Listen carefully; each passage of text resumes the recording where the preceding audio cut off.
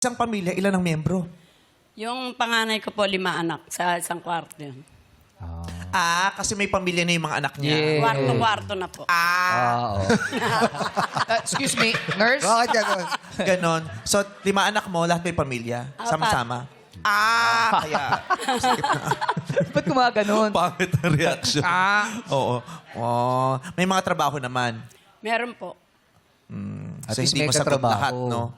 Oh, yung kinikita mo sa sa pagbabantay ng pool, sa'yo lang napupunta? Sa mga apo ko po. Tulong na rin yun. Tama. Kasi yung mga May meron lola, eh. kahit hindi mo hinihingan yan, nagbibigay talaga sa apo yan. Yes. Para wag sutil, di Yung ba? mga Para binibigay- mag-aral ng Oo. maayos.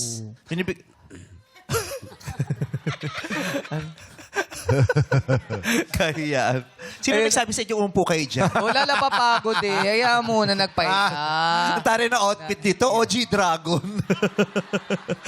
Naka G Dragon outfit. Oo. Sige, Uso. okay lang. Upo lang kayo dyan kung Opo, nangangawit kayo. Sige, upo kayong dalawa, tapos huhulaan niyo po sila. Okay, upo lang muna kayo dyan.